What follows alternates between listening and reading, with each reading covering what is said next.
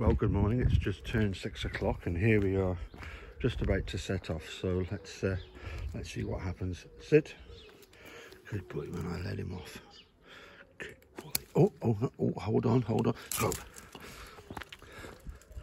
This is when he's at his funniest and his most maddest and frantic. So we're going to go down here. He knows where he's going, of course, but the fun bit is where there's a split where Langhoff Lane, which is just around the corner here,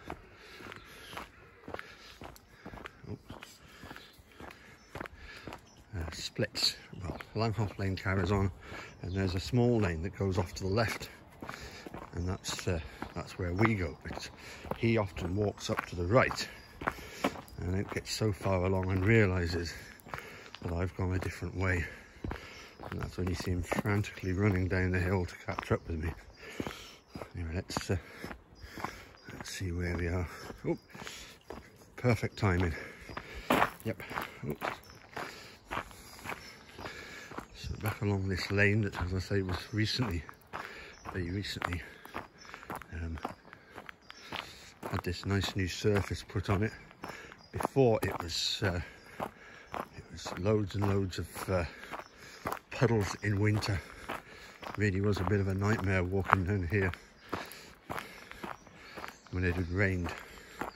Muddy, wet, big puddles, and this has made a huge difference. Now I might have to play a trick on him in order to get him to come running down. Jock! Come on.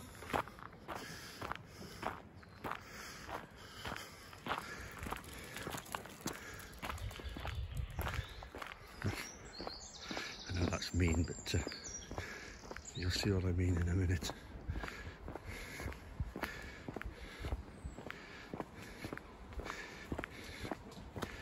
I better call him now. Come on, you wee dafty!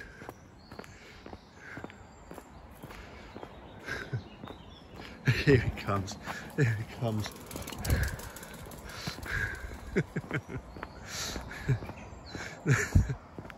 There's this big loop here, but there's actually steps that he can go down, but that he's preferred to go all the way around here because it's a gentler slope. Here we are incredibly close, as you can see, to the railway line.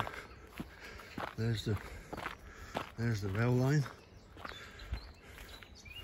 At this point it's in, you can see there's an inside track that hardly seems to have been used at all.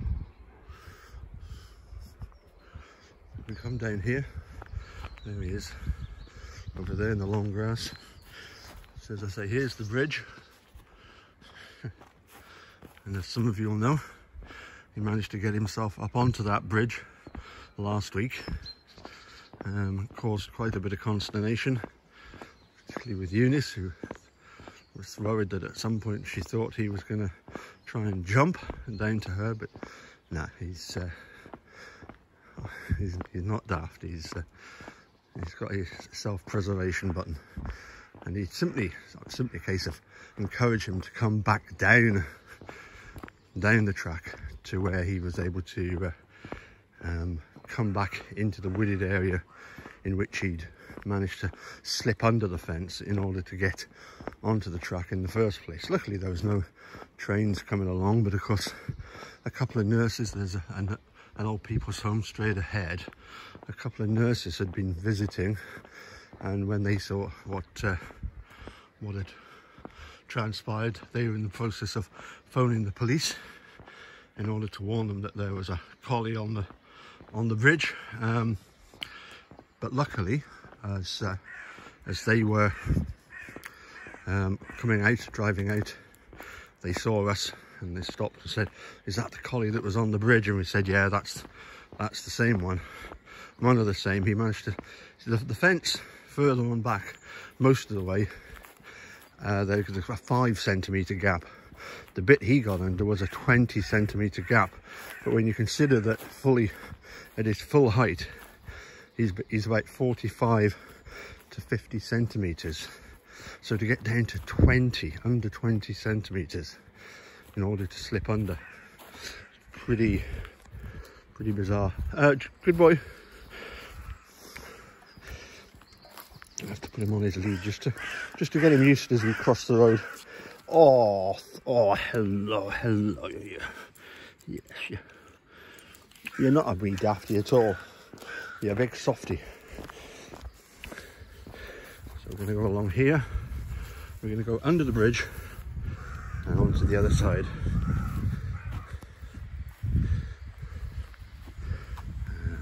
Under here to that far side there.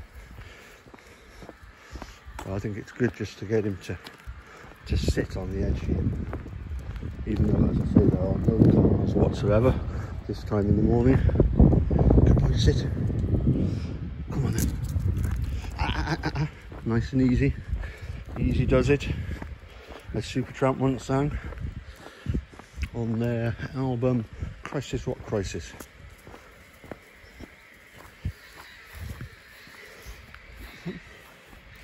Another little relief of himself.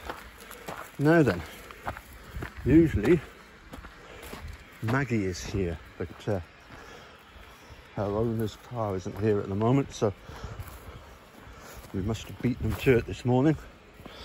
And I'll show you the hole in the... Well, first of all, that's where Jock came to. And Eunice was stood here, and he was poking his head through the fence there. And we'll show you where he actually managed to... He must have slipped under, because this is the gap that he came out of. And you'll be amazed how small a gap it is.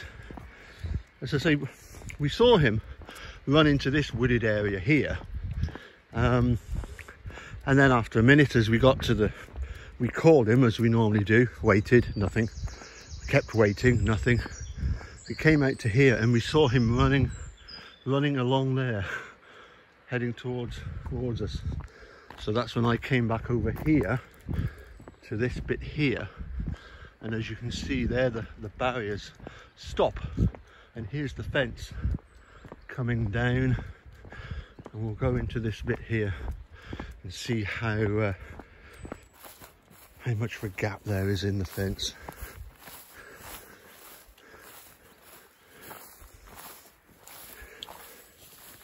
There's the gap he went under. That was it.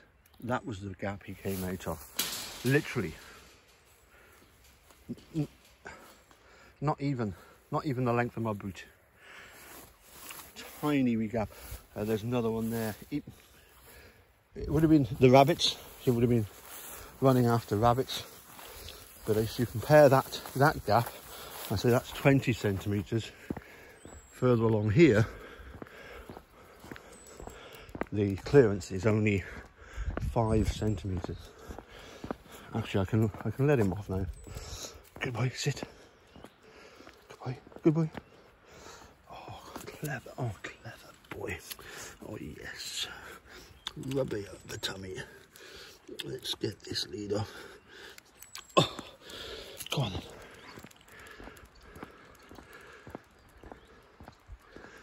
I say this is the black path that leads to the dirt track that we go along. To the right, of course, is the Gala water. There's the the bell ringing, church bell in the distance. Actually, it's 15:15 now, so we must have been just after 6 when we left. There's the Gala water down there. Something interesting in there for Jock to see, but I'm going to carry on. And here's the start of the narrower, the much lower fence. There's lots and lots of these little side trucks down to the river, and it's not uncommon for him to go down one, and then we don't see him for a couple of minutes, and then he reappears at the next one, because they all connect.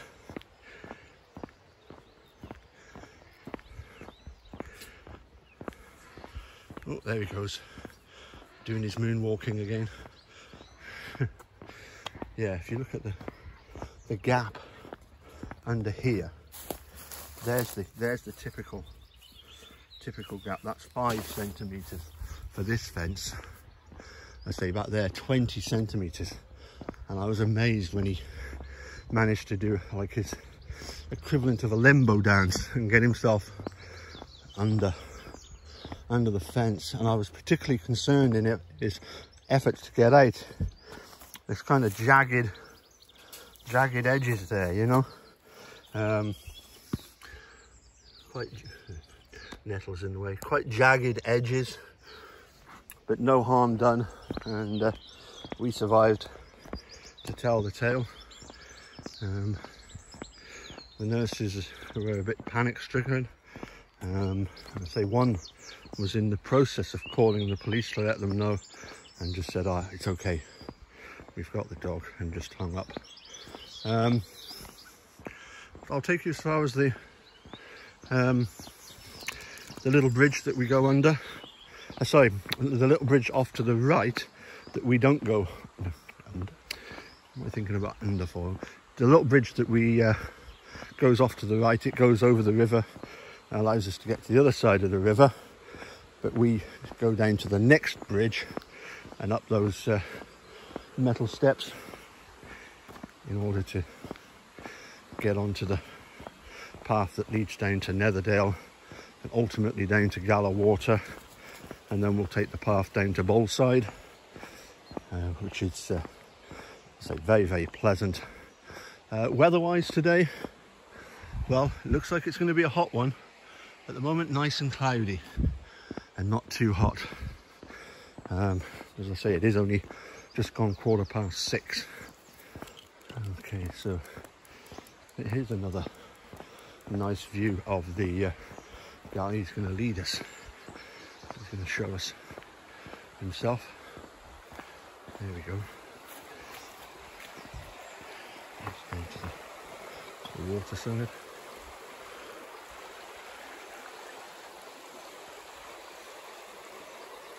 We'll have a wee drink.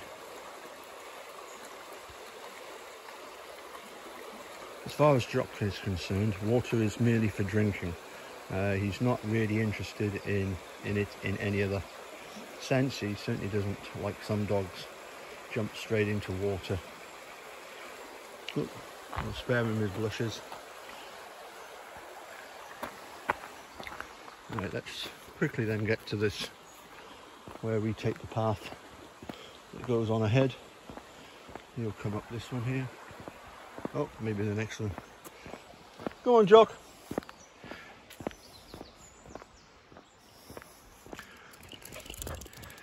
See, he knows where he's going.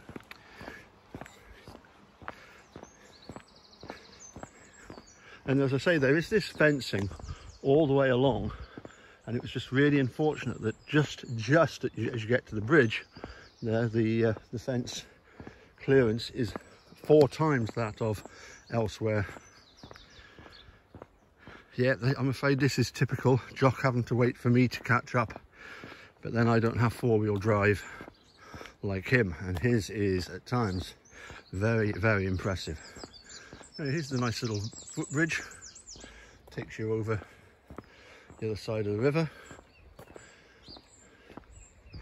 and here's the steps going down. So I'll say cheerio, and we'll catch you on another bit of the path takes us down to Bolside.